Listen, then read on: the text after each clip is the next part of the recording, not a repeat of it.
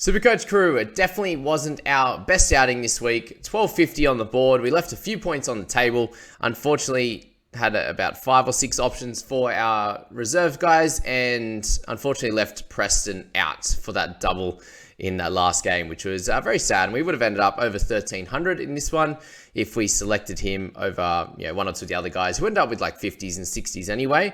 But still, 110. You can't beat that, that's for sure. So 1250, we lose a few ranking points again. We're down at the 12,000 mark now. So 7,000 2 weeks ago, we were looking great. Made that extra couple of trades, ended up in 8, and now we're at 12,000. Making no trades last week. So Josh Schuster was the guy to pop in, and that didn't work out to be. So we're going to bring him in this week, and that's going to free up a little bit of cash, I think, to be able to get someone like Nico Hines in the next week. I'll be going through my squad, guys. We're going to go through the buy, holds, and sells from heading into round 6, and then we're going to get into my trades as well. So that is that first one. Let's get into my squad and where it's at the moment. So Harry up top and Wade Egan. There's really not a lot of great options in the hooking position. I think I have the best two currently, unless you're going Grant and Damien Cook, so that's completely fine. Forwards, this is where it hasn't gone too well for me because we've got Joe Taps, isn't scoring as good as he should be, really. He's getting slightly lower minutes than he was, especially in that middle part of the year. He's averaging okay, but really, with the output that we expect him to get, he hasn't had one big score yet. So they've all been sort of that middle of the road average 60, which is fine, but we're hoping for better for us to be able to come out and dominate. I know a lot of people are looking to bring in Taps over the next bunch of weeks, and it's going to be helpful if we can sneak a couple of good scores out of him. And then they're going to go in there buy in round 8. So 2 good ones would be lovely. Welchie just kind of run-of-the-mill, 55 there, 50 average at the start of the season. Hasn't been great. Would have been better to go for a cheaper option in guys like Stefano Utoikamanu, but wasn't to be. Decided to bring in Tommy Gilbert a couple of weeks ago, and he's picked up a couple of low scores. So definitely isn't living up to what he was in those first 3 games. And, that was just through a lot of running, and he's not doing that at the moment. Under 100 meters on the weekend, missing a bunch of tackles as well. Obviously doesn't hurt him too much, but definitely the running meters not being over 100 is killing us with Tommy Gilbert at the moment. So it hasn't been a great trade in for that one, with 2 scores under 57 or whatever he got last week. So yeah, Tommy, not ideal. Do we move him on? Probably not, to be honest. The front row forward, unless you're going for a guy like Payne Haas, it's just one of those positions where you kind of just got to hold at the moment. But we'll work out what we decide to do here by getting in someone like Schuster, and we can make our decisions from there. But we bring back David Fafita, which is great. So he had the bye last week, and he's coming in with a 74 average. So with him, I think it's a great one to slot back in. Anyone who traded him, I think you may regret that slightly. Hopefully the Titans play pretty well, and he could sneak a try, which he hasn't done this year yet. So Fafita, time to score, big fella. We've got Wilton in our side, who has been solid, guys. 61 average. Is that something we think he can probably keep up? I'd say so. Look, he'll score the odd try or two some games, and hopefully get a line break attached with that. He's had random games with line breaks. With just he's just getting one or the other, never getting that double, which means that he can get that sort of 75 to 90 there. It could be the decent week to trade out Wilton. He's been really solid. I can understand why you might look to move him on. I'll definitely look at it.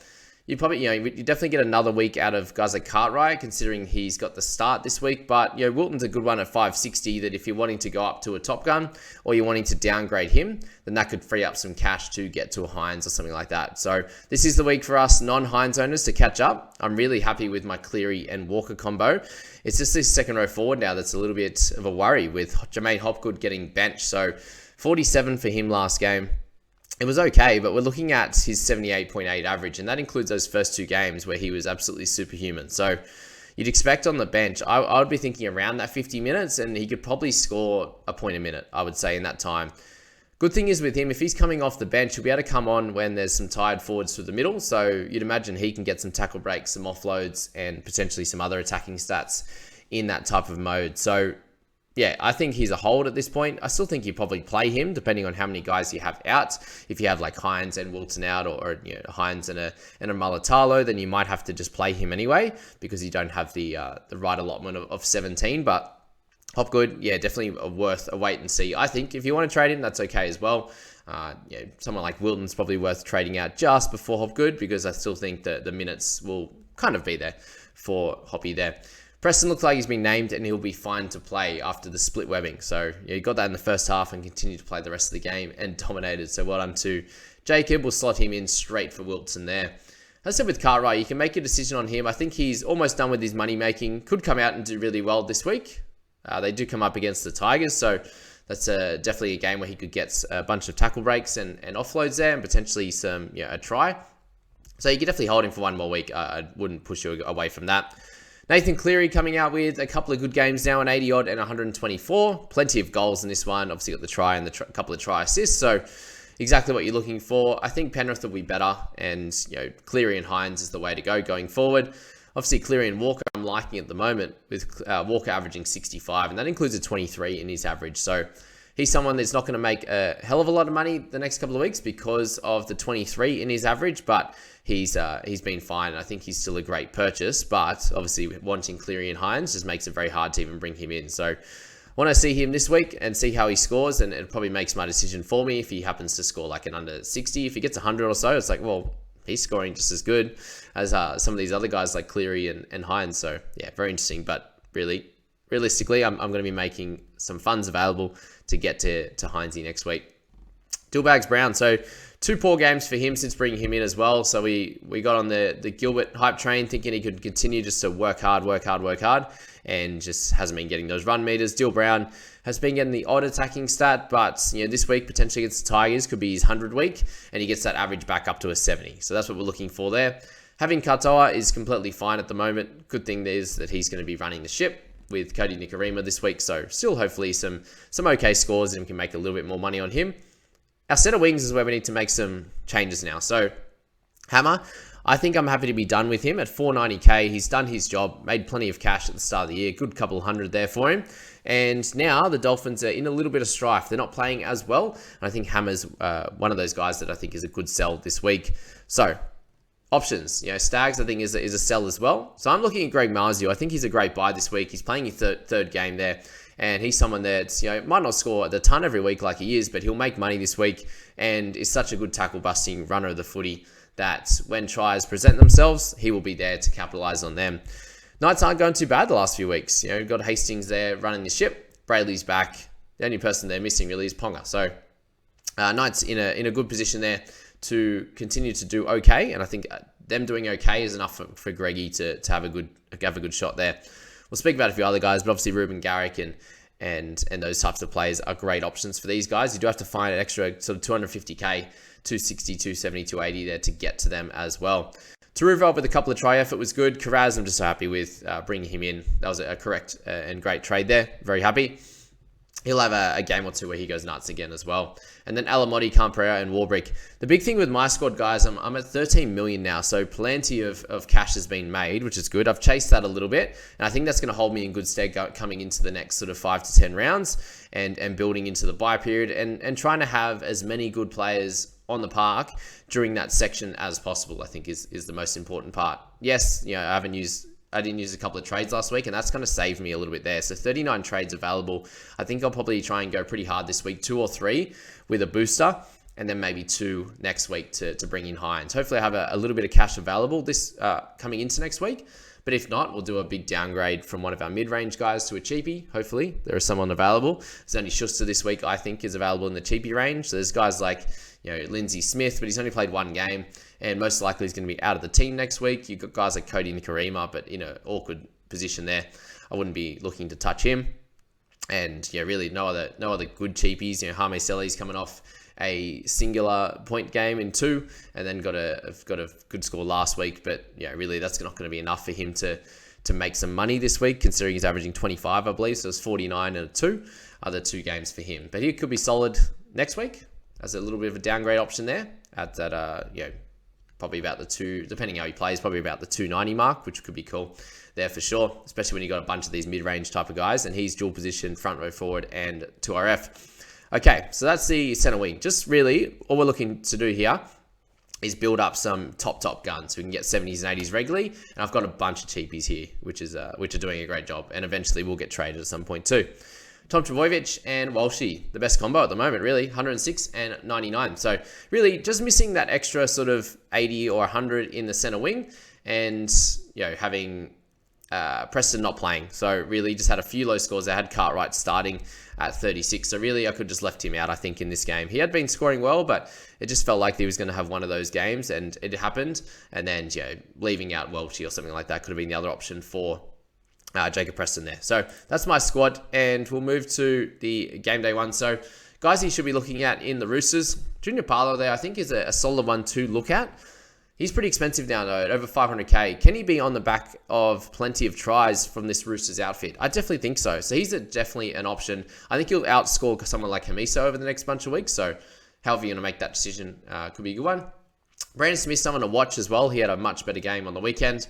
I think we can watch him for a few weeks before you make that decision. Guys like Will Penasini, I just think that he's going to be good, but he's not going to be in that top tier. A little bit more of a base stat guy. Is getting some attacking stats, but just not the same as some of those top guns in the position. Madison, really solid again. If you want a guy that's going to score 60 regularly, then Maddo's going to be a man. Hopefully some more offloads come into his game now that he's back into the middle. I just spoke about Hopgood there, not great. If you own someone like Mitch Moses, then I think he's a clear hold this week, and you can make your decision next week if you want to get Hines or Cleary, or however you want to do that. So that's that first game there. Raiders there, 53-12 in that one.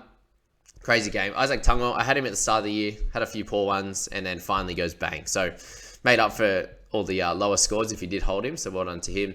On the Raiders side, there's not a lot of options this week, I don't see. So even Tomoko, he's playing okay, but still not scoring great. On the Panthers side, Zach Hosking got an 80 this week. He's going to make some good cash this week coming. So if you do want to trade for him, get that cash grab, it would be a bit of a risk considering there's a good chance that Martin and Garner come back this week. If Martin just comes back, he'll keep the spot. If Garner and Martin are there, then there's a chance that he loses it. So keep that in mind when you're looking at Mr. Hosking there, but still a good cash grab, scoring, good player this week coming in. Taruva hold, as I spoke about Lindsay Smith, we know that. And then Cleary, a great buy as always. Rabbitohs and the Storm there, we come up against a nice score and a bounce back from Cam Murray there at 88. So he did great, guys, and shows why, keepers are keepers, but I completely understand why you trade him out. He's scoring absolutely putrid here in Supercoach. Latrell, the 67, was okay, but when you've got the other guys that are dominating, I can understand why you're looking to trade him, but I still think he's a hold, guys. Obviously, they've had some tough matchups, and hasn't really helped there. Graham and Kalamatangi, still solid scores, but guys there. Cody Walker's a sneaky one at 5'8". Spoke about him at the start of the year. I thought he would come out and have an improved year, and he's starting to build into that now. So he could be one of those guys you look at in the 5'8 position if you need one. We can talk about Grant. Munster, that solid 74, so outdoing Brownie in the last two games, which is what we thought. But the reason I got Brownie in the end was, potentially some lower scores it could have been at the start, and then their draw opens up, which it is now, and he doesn't play Origin. So that's the good thoughts there. Trent Liora, a good score for him, 62, which I wouldn't have him as a buy. He's definitely a hold from here. Let's move to Eagles v Knights in this one. And, pretty big game. We had some good scores from Dom Young, Greg Marzu, Hastings, and Miller, which was really, really cool. So that 95 from Miller is just showing how dominant he can be as a runner of the footy. And now he's kicking goals in the second half, it seems, and making some good passes to a few of these guys as well. So, and he could have an extra try assist with the Bradman Best one, which didn't happen. So that's that. Garrick's still a great option. He scored right at the end, which kind of saved his score a little bit, but still a top option. Same with Trbojevic. He's just getting so many more touches of the footy, plenty of runs. So, there's obviously always going to be opportunities for him to score well when he can do that. And then, Gags is scoring pretty well at the moment. Jack Johns is someone going to be to watch at that cheaper price with a nice solid score of 72. We've been named in the 13 role again. So, very interesting to see how that one plays out. Guys like Frizz, definitely a hold. You got Brayley, Leo Thompson, all doing great things at the moment. And then you've got Dragons and the Dolphins there. With this one, in terms of buys, I don't really see many buys in the Dragon side. Bird's going to be solid. Sloan's probably made a bit too much cash to trade him in now. Sloaney there. So I think both of those guys are holds. Birdie could be a trade in if you need a good center wing. Obviously fairly expensive. And then Asako just keeps delivering, doesn't he? He's been great. Lemuelu is still a solid bring in, but probably doesn't have too much cash to make here. If you need someone that's under 420 at the moment, if you need someone around that price to be able to score okay for you, then he's that guy. Spoke about Hammer. I just think the Dolphins are a little bit of a worry team at the moment, especially for outside backs, even though Asako scored the majority of their outside backs points in that one. For our Broncos, yeah, Walsh and Harsh are the clear top guys to pick. Farnworth, a solid one as well. Other than that, I'd be avoiding all of these guys. Carrigan, I can understand why you look to sell him. Just doing his thing. He will have more tackles, you'd imagine, in this Raiders game. But yeah, base stats a little bit lower in this one. Still played 50-odd minutes, so I can understand why you look to sell him. And I know a few did last week. Blory, he's a cheaper option that has some interest of mine at 290-odd K. He's a guy that you could slot in as a little bit of a cash grab, and you are hoping that he gets 40, 50 minutes off that bench. So that's all you're really looking at there. Joy Offengawe is back on that bench, so keep an eye on him. But yeah, Blory, okay option, I think, if you need a bit of a cash down.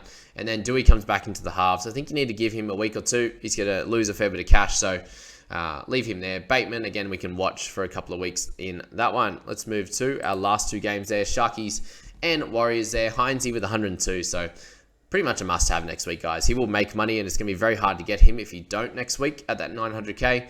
Malatalo, Ramian, Kennedy, all doing their thing. So big congrats to Kennedy for how well he has started the year, and for those that have started with him in this one. We spoke about Wilton there. Johnson at 117, a big game for him.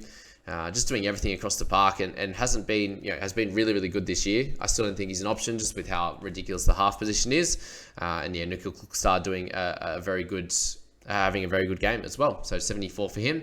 Other than that, 40 was a little bit disappointing, but I still think he's going to be good going forward. And heading to the last game, you got the Doggies and the Cowboys. My poor Cowboys getting the loss in this one, but Preston dominating, Carraz being great, Burton still being a solid option in that 5'8" position. Perham still making some cash, which is good. Reedy, I think you have to hold that 55 with a nice try assist there to help him out. Alamotti still a hold. Sutton probably a sell in this one, but if you got him in the front row forward, who are you selling to? That's the question. Lukey unfortunately got injured, but he was going to be a good option. Chester is done now, guys. Yeah, should be able to make a little bit of cash potentially off the bench there, but if you had him in your fullback position, I think it's time to move on anyway and get a double gun in that fullback position. Griffin Neem goes to the edge, which is going to be interesting. I think Val Holmes is still a good option as well. So there you go on that one. So my team, I think, guys like Cartwright, as I said, could be a good trade out this week for a Schuster. It's going to give me a fair bit of cash. I could then go guys like Hammer or Stagsy. I could go to Greg Marzio. I'm not exactly sure which way I'm going to play that one. Look, the way I think it's going to play out, Stagsy could score better considering they have the Raiders in this one, and with how bad they played last week. And then you'd imagine they get up for it, but Stagsy might have to get in that fight as well. And then the Hammer, he was solid last week, but they're going to have a little bit of an issue at the moment. Other than that, really getting Schuster in, getting Greg Marzio in, and then could potentially an upgrade in our 2RF, or just do the double upgrade in the center wing, and then do a downgrade next week from, depending how Hopgood goes, depending how Wilton goes, like what we want to do with him, and to, get that 300K or close to it that I'm going to need to be able to get Sammy Walker up to Heinze. Hopefully Walker goes well again, and then we can just straight swap him there and, make good on that deal. That would be great. That's probably the way I'm thinking of playing it. 71K in the bank at the moment. If I downgrade a Cartwright or one of these guys, it leaves me 270, and then I could get Greg from one of these guys and upgrade. Yeah. So it probably leaves me with a little bit of cash if I do the triple trade. If I just do the double, then that's fine as well. And hope Stagsy scores a couple of good tries again, and then we can make decisions on him from there. But that's the Supercoach video, guys. I hope you enjoyed that one. Got plenty out of it. And let me know how your Supercoach team is going as well in the comments. And hopefully we can make a bit of a charge now that we held trades last week. It's time to boom with that great team value.